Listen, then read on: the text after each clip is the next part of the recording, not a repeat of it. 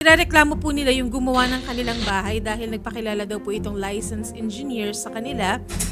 7 million po ang kanilang kontrata. Ilang buwan pa lang daw po nila itong natitirahan, puro sira daw po agad yung mga pinto at puro cracks na po yung mga dingding. 99% of the house is leaking.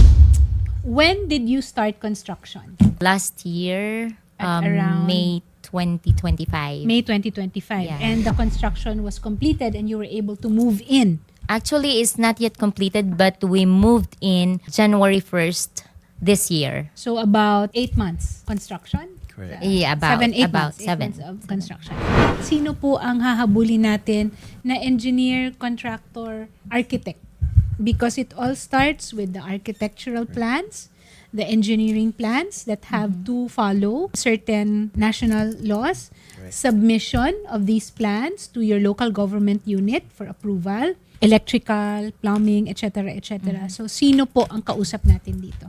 Number one na kausap po namin is yung nagpanggap na engineer Edmond Maines po. Okay. So siya na po lahat nag-contact from the architect through the electrician, plumber. Si Mr. Edmond Maines is an engineer? We just recently knew that he is not an engineer. What was your contract with him? He signed his name as an Yeah. engineer. So he was like your contractor? Yes. Yes, he always address himself that he is an engineer. Nako. Sir Edmond Maines? Yes. Ano po ba ang kontrata ninyo, sir? Kayo ay isang inhinyero? Ano po ba kayo? Tapos po ako ng civil engineering, ma'am. Tapos Okay. contractor po. Contractor? Pero yung mga plano, pirmado ng architect at saka civil engineer na register sa PRC. Okay, so kayo po, nag-exam po kayo? Are you a licensed? Hindi po ako nag-exam. Okay, so hindi. Let's just make that clear, ha? Ang inirereklamo po sa inyo is that apparently uninhabitable at saka they cannot continue living in the structure, yung bahay, dahil Ma'am. sira-sira po. Hindi po, ma'am. Tumira po sila doon. Kaso Kaya lang nandun nagkaroon po. ng hairline crack sa mga pintura, i-repair naman namin yun. Normal yun dahil nga sa temperature, nagkakaroon ng hairline cracks sa mga pintura. Ang claim ninyo, hairline cracks. Sa pintura Opo. lang po. Ma'am, sa sidewalk meron, may nagsag.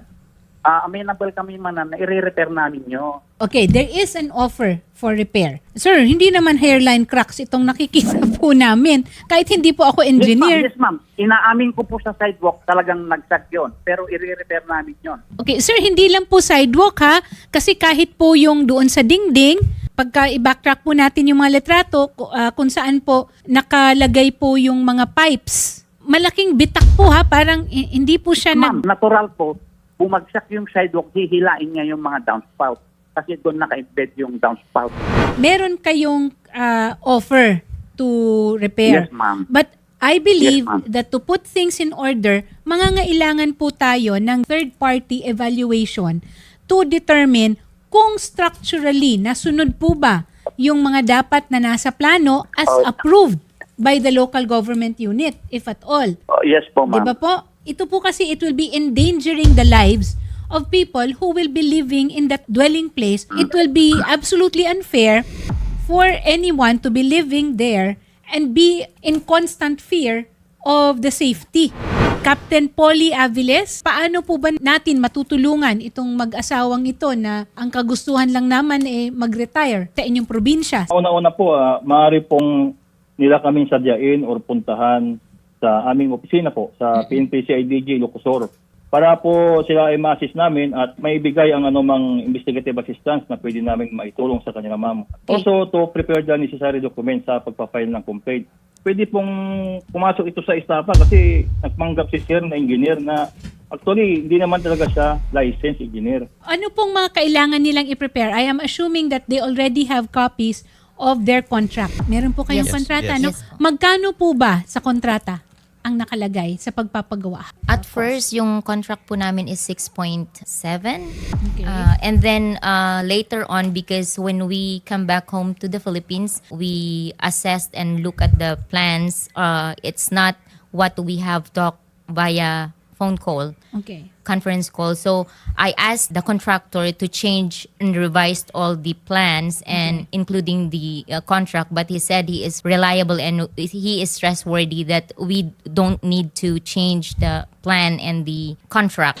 He said he is a good person, that we can trust him. Because of those sweet words, we really trust him. Sir Edmond, matanong ko lang, sino po ang gumawa ng plano ng bahay? Licensed architect po at civil engineer, ma'am. Implementation lang ka. Okay, so implementation ninyo, finalo nyo ba kung ano yung mga Yes po. materyales Yes na po. dapat gamitin? Yes po. Ito na ngayon yung bone of contention. Whether or not ginamit the materials that were really supposed Yes, to ma'am. be used, and Yes. even Yes po. soil preparation, kasi even before you construct, dapat alam ninyo na ano ba, malambot ba yung ano dito? Yung lupa Yes po, dito, yes po. kailangan bang ano dito? Sir Edmond, matanong ko lang, ilan na po ang bahay na nagawa ninyo?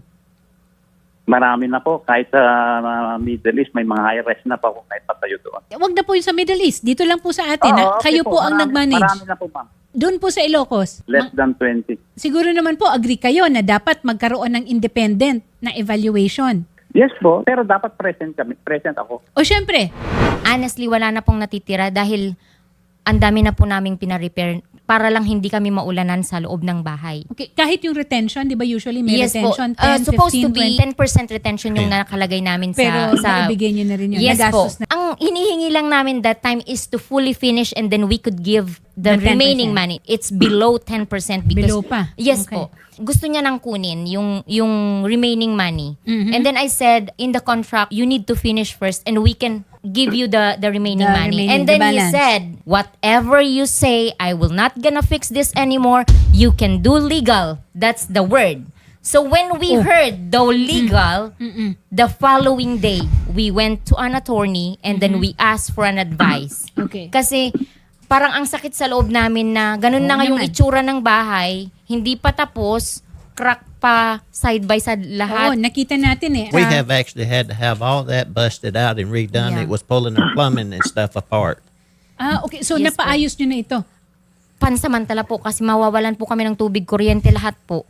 Engineer Yuri Pascual. So sa pictures pa lang, ano po ang assessment ninyo? Substandard talaga yung kanya naging trabaho. Pero dapat ma-check pa rin natin yung structural integrity ng bahay. Okay. Kasi pwedeng magkaroon ng instance na okay naman yung kanyang poste. Mhm. Kasi ang nakikita natin ngayon ay yung mga finishing Yes. Saka yung mga humiwalay na na cracks. Mm-mm. Yung mga structural, hindi natin sigurado kung intact pa siya. Kaya kailangan ma-site visit ito talaga ng isang structural engineer or civil engineer na may knowledge about it. How long will it One take? day lang naman gagawin yung ano na yon, yung structural investigation na yon, tapos gagawa na ng report. Then doon sa report na yon, ma-analyze na natin kung ano yung mga kakulangan nito ni contractor doon sa kanyang client. Engineer Yuri, kailangan present din si Edmond Maynes pagka ginagawa ito. Not necessarily, kasi sa owner naman yung Kung Okay. yung owner ang kukuha ng consultant, yes. Pwedeng oo, pwedeng hindi Okay. But if we have a report from an independent and reputable na construction Yes, oo.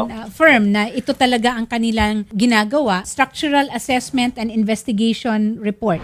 Yung una po kasi, meron po kaming hinire. Mhm. And then, Mines suggested that we are going to ask the municipal to check. But because the municipal engineering has no enough Yeah. equipment to do it, so Yes. they asked us to have this one the legit and they already checked the structural that the used materials are not. The concrete is not Yeah. mixed correct. Yeah. There's not rebar where it's supposed to be. There's posts where Because there's they not have the posts. scanners. And because they have the scanners. The scanners and then they studied also the concrete. Concrete. Sir Edmond, ang sabi ninyo is handa naman kayo na ayusin. Yun nga po, hindi ko Pero naman sir, tinatakbuhan kung yun. ako naman rin sila, hindi ko na kayo pagkakatiwalaan na ayusin ito. Yes. Sige nga, ilagay niyo ang sarili ninyo sa lugar ng mga may-ari. Pagka ganyan ang nangyari, Ma'am, ang masasabi ko lang, yung sidewalk, medyo nagkamali kami doon, nagkulang kami ng compaction, pero structurally sound yung magagaranti ko yung building. Sa finishing lang po nagkaanuhan yun. kung ganun po ang sinasabi ninyo, pakitaan po siguro kayo, and I think, Shari, dito tayo magiging magpapagitna kung sasabihin natin. Because we have a report. and it's from a reputable construction company, we need an explanation, kumbaga, so that you can come to an understanding kung ano ba ang dapat talagang gawin. Siguro pwede na rin natin ipasok si Engineer Yuri Pascual dito so that meron kang third party to the third party pa. Idadamay natin ang ating provincial chief ng Ilocos Sur Provincial Field Unit for Mas the maganda other... po, ma'am. Mas maganda po. Para Oo. ma-explain ko naman yung side ko na maigi. Yes. Madala ko yung mga documents na pinirmahan nila sa building permit, lahat-lahat na yon. Siguro kung kailangan to be present, the architect himself. Kasi para kwentas claras. Ganito na lang siguro gawin natin, no, para matapos na yan at matulungan Yes. ko rin kayo parehas. Yes. What if gawin natin free yung ating investigation dyan sa inyo? Oh, wow! Wow. Free! Kakalabasan yan, tingin ko, dalawa lang eh. Pwedeng ipa-demolish ng owner yung mismong bahay kasi unlivable talaga. True. Pwede rin naman na i-repair. Okay. At your cost din yun. Kapag ka I have previous cases na dahil hindi livable, pinapademolish talaga ng owner at sinosoli talaga yung pera ng contractor. Doon ka na lang sa repair. Oo. Engineer Yuri, hindi ko alam kung paano ko kayo mapapasalamatan at paano magpapasalamat si Senator Tulfo po sa inyo. But we will coordinate this, Yes Shari. po. Engineer, baka pwede po, sasamahan na lang po namin sila Sir Anthony Adams and sila Ma'am Noraisa Villoria sa tanggapan niyo po, Engineer. Opo. At ipapatawag Sige, rin natin si Edmond para alam niya. Kasi yun naman rin ang gusto mo, Edmond, di ba, na talagang... Present po ako para ma-explain ko naman yung ano. Sige. So, okay lang Yes yun, ma'am? po. Okay Yes na po. sa inyo? Engineer, maraming salamat po. Mabuhay po kayo, Engineer. But we will also facilitate doon po sa ating Ilocos Sur Provincial Field Unit, CIDG. Sir Edmond, mabibigyan po kayo ng pagkakataon na magpaliwanag at higit sa lahat, doon po sa offer ninyo na ayusin kung anong dapat na ayusin, sana po magkasundo. Okay? Po, sana po kasi willing naman kami. Hindi namin Ayun. tinatakbuhan. But thank you very much, Mr. Anthony and Ma'am Noraisa.